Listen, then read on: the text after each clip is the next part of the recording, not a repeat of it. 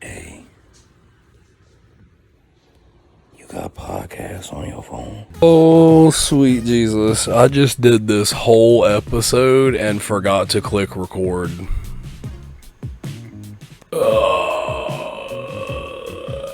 Hey, what's going on, guys? Welcome back to another episode of Super Simple Reviews. I am your host, Alex, and today we are going to take a look at the 1990 movie Scream.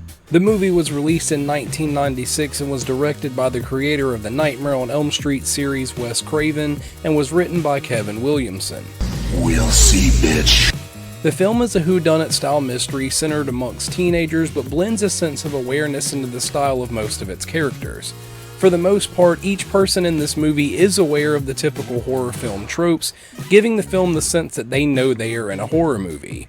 The film was inspired by the real-life events of the murders that were carried out by a man who went by the name of Daniel Harold Rolling, aka the Gainesville Ripper, who murdered 5 college students in Gainesville, Florida in August of 1990, and despite that, this movie was the highest grossing slasher film of all time until the release of Halloween in 2018. It was single-handedly credited as reviving the slasher film genre, as most of these films were solely direct-to-video. And with that cool little bit of insight included, let's jump into the plot. The film opens up with a girl named Casey Becker, played by Drew Barrymore in one of her first performances on screen, receiving a call from a stranger while home alone. He then reveals that he has her boyfriend Steve tied up outside and begins asking her weird horror movie related questions. Unfortunately, Casey is murdered because she refuses to answer the questions, and her parents then come home and find her hanging from a tree. That's just terrible. We then focus on a girl named Sydney Prescott waiting at her home for a friend of hers to show up, and she then receives a phone call almost like the girl at the beginning. Things are getting pretty spooky. After ending the call, she is then attacked by the killer but manages to get away unharmed. Shortly after, her boyfriend Billy climbs through her window and drops a cell phone on the ground, making Sydney suspicious of him. Billy is then arrested, but while in custody, Sydney receives another strange call.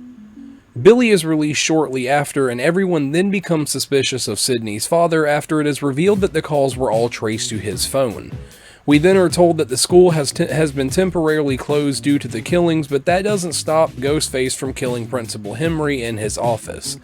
We are then told that Stu, played by the most powerful being in the universe, Matthew Lillard, is throwing a party to celebrate the school shutting down. Attending the party is Sydney, her friend Tatum, and their friend Randy, played by Jamie Kennedy. Gail also shows up uninvited, played by Courtney Cox, to report on the party because she suspects that the killer will strike here using her Batman detective skills. We are then introduced to Tatum's brother, Officer Dewey, played by David Arquette, who is the Robin to Gail's Batman and also thinks that the killer will be here. As it turns out, Gail was actually a billionaire playboy philanthropist all along because she was absolutely right, and the killer corners Tatum in the garage and kills her by crushing her with the garage door after she attempts to escape by crawling through a doggy door. Billy then shows up to talk to Sydney in private, obviously leading toward a sexual encounter because horror film. Most of the party attendees leave by this time though, as word has gotten out about the principal's murder. This now leaves Sydney, Billy, Randy, Stu, and Gail's cameraman, Kenny. Billy and Sydney are then attacked by the killer, who gets Billy. Sydney then tries to go to Kenny for help, but the killer then slashes his throat. Gail finds Sydney's dad's abandoned car and heads back to the party in her van, almost hitting Sydney, causing her to crash into a tree. Dewey is then stabbed in the back while searching the house, and luckily Sydney takes the gun for future protection. Stu and Randy then begin accusing each other of being the killer,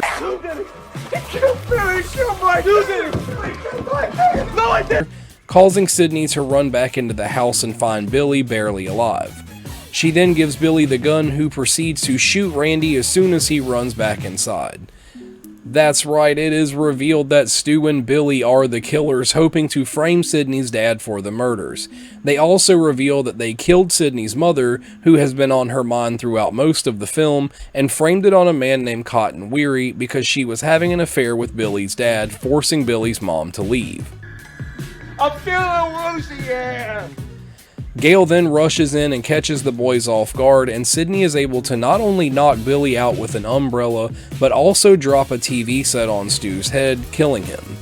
Randy is then revealed to be wounded but still alive, and tells Sydney to remember that the killer always comes back for one last scare, and when Billy does, Sydney shoots him in the head, and this movie ends with the most badass action quote.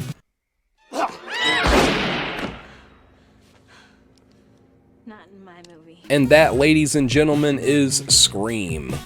So, what are my thoughts on Scream? Honestly, I really like it. It's a really good movie.